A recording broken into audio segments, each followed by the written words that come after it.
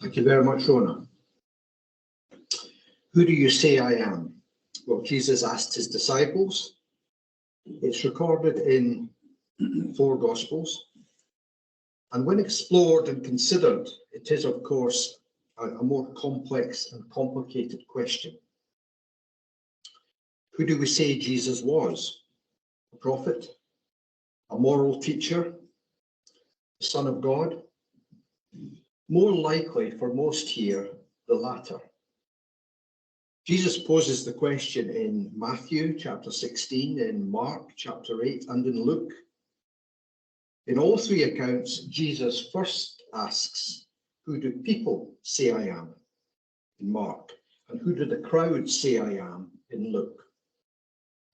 The responses tended to reference past prophets, come back to life, or a new prophet. The disciples here may have been tested. Jesus taking a kind of sense check as to whether they understood or were on board. In Matthew chapter 16, Simon Peter answered, as we heard, you are the Messiah. Jesus at this stage was sure of his own divinity and the path that lay before him.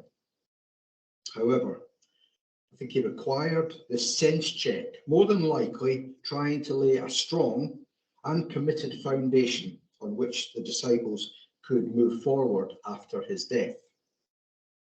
These humble people had witnessed miracles to reinforce who he was. We do not have the benefit of that opportunity. We have, of course, the miracle of creation all around us, particularly at this time where we start to see the buds coming on the trees and the Attingham Park and all the lovely things that are happening all around us. We may often pose the same question, who was Jesus? As we read those aforementioned Gospels, trying to understand the writing and those recordings from so very, very long ago, to understand his identity in greater depth. In doing so, how do the answers that we find influence and direct our faith? We're asked about our identity all the time. Passport, date of birth, thumbprint, passwords. Now, there's a bit of a challenge. Same one, different ones. Where do we keep them? Where do we record them? Our address, our postcode, signature. And how do we do that on a laptop? Can anybody tell me? Within families, we have very different identities. I've been a son, a husband, a dad, an uncle, a granda, to name but a few. A pretty good son, no drink or drugs or smoking, pretty boring in some respects. Never a particularly good husband. Proud of my dad, Ro, and 2 wonderful daughters that some of you have met over the course of my time at the URC. The granda, well, what a joy that brings. As long as you can hand them back. It's also fascinating that Jesus also was some of those, and I'm sure adopted different approaches and strategies to suit the circumstances. Jesus was called different names, and I'm also fascinated as to informal titles that people are given. Roy, the musician. John, the food share guy. Mervyn, the money. Ken, the retired minister, although that doesn't work actually. I've never met a retired person who's more unretired than Ken. And Sue, the secretary. There are on then occasions when one might be referenced by people who are not too fond of you. Nigel, that guy that works in the whiskey shop. The tone says it all. Jesus had loads of those sometimes throwaway negative badges and some vicious in the extreme. Jesus coped because he knew the bigger picture. We often struggle with our various identities to know how and when we might try to behave. By behaving as others expect us, are we being true to ourselves or just trying to fit in? The latter two do involve some very different behaviours. I try to not have them conflict too much with my Christian ethos, not always successfully, I have to say. I'm talking here about men's banter, for example, when you're in particular circumstances. And I know that this can lead to rather deep psychological discussions. Again, I apologise on a personal note, but I remember back in the 90s when I was a little bit confused with myself. That hasn't changed much. I got the opportunity to speak to a psychologist, and his description at the time was that I lived in a series of islands. So there was a golf island, a work island, a family island, all sorts of different islands. And my behaviours were being driven by expectations within each of them, but there wasn't a core. There wasn't something that was linking all of those islands. And really, that's a thought that I want to leave out there. We know and are assured of love's God regardless. I'm sure that he would welcome us doing our best when we are operating in any of these aforementioned identities or roles. The question is, what identity is most important to God? That love sits at the very core in all we do and who we are, yes. That, I think, needs to be a given. As we know, not always easy. And as we move into Lent, we might wish to consider some ideas and approaches that could assist us. Some years ago, while living in America, my friend Darrell brought this book to my attention, 40 Days of Decrease. It's getting a bit warm now, great book though. In essence, it's describing a different kind of fast. Feature of Lent. I'm sure you've maybe all made your decisions. I'm on wine, chocolate and crisps. Wish me the best of luck with that one. Although last year it worked and I managed to lose £1.50, I think. I'd like to feature one or two this morning with the hope that fasting on something a little different, that you may enhance and grow your identity before God, to bring love even greater into focus. Matthew and Mark recorded a story about the sons of Zebedee that has often been explained as a bold but naive attempt to secure leadership spots in Jesus' coming kingdom. It might just have been them trying to gain maybe a little control by looking for a seat on his left or his right hand. Significant seats historically. They requested a favour. In Mark 10, verse 36, Jesus says, "What do you want me to do for you?" "Let us sit at your right and the other on your left in your glory." They were, like us often, maybe a little insecure, uncertain, and do we not share those feelings more often than we would maybe like to admit? What we do, how we behave in face of changing and sometimes threatening times. We might hide. We might move into denial, escape into fictional worlds for those of us who read, overeat,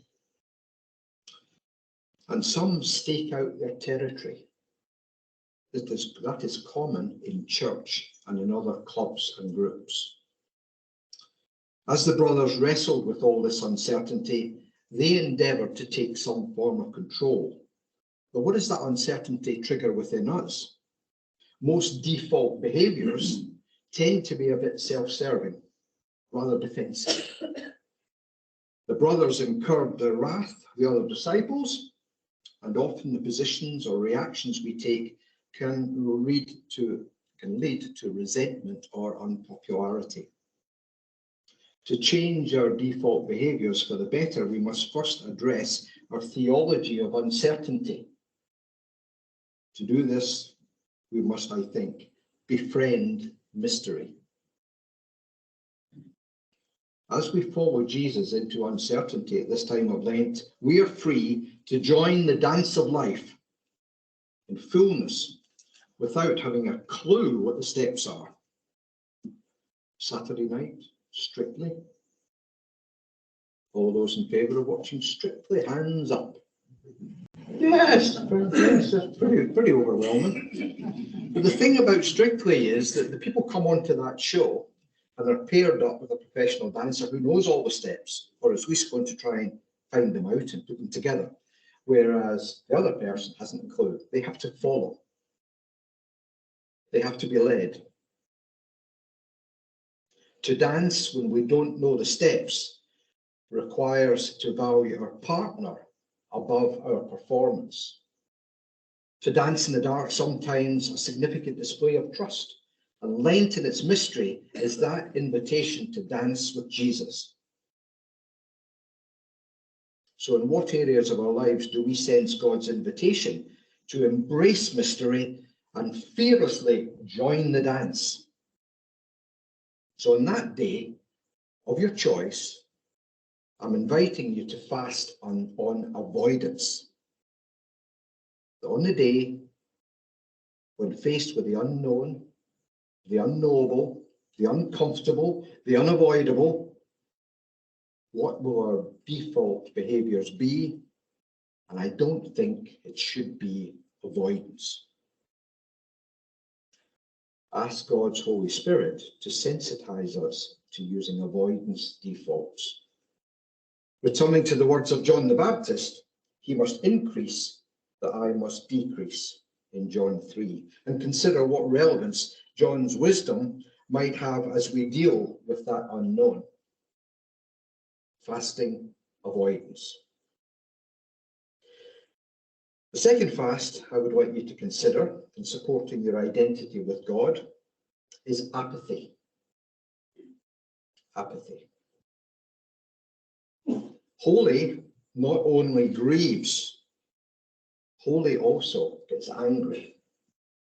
At the age of 12, Jesus called the temple my Father's house in Luke 4.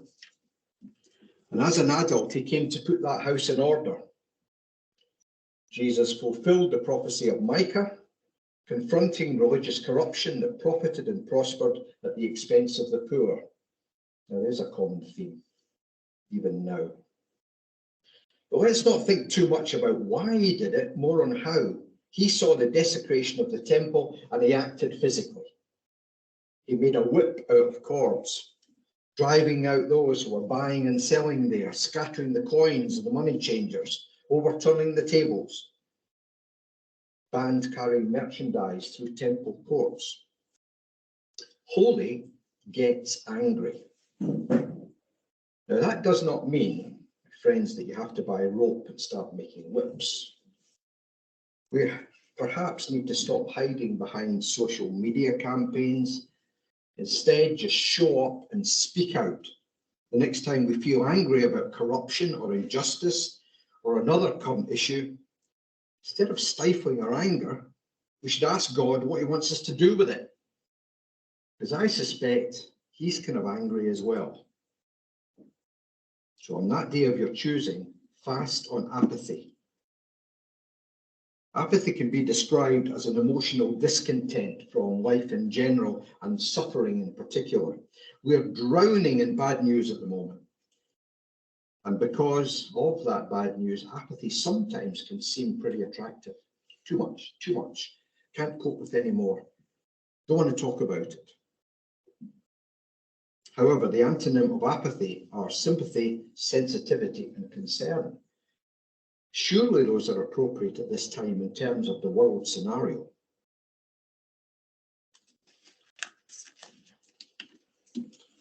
To act justly and to love mercy and to walk humbly with your God, as we fast apathy, let us ask God to awaken us from a kind of numb slumber and reveal to us his where, when, and how our generational tables require to be overthrown. Jesus asked, "Who am I?" In whatever role or identity you are placed, we need to ask the same question. Who am I in the eyes of God? Yes, of course, we love fitting in, playing our part, displaying and behaving in ways that friends and family expect and have become accustomed to. Keeping our identities under review, praying for guidance pertaining to that as we travel through Lent, to consider new and interesting ways of fasting, including fasting on avoidance and empathy. We are duly thankful, challenged, and inspired by Jesus' 40-day fast in the Judean wilderness. Perhaps we should likewise be grateful and awed and humbled by his 30 years fast from praise, power, and the potential for him to take a very different outcome. Amen.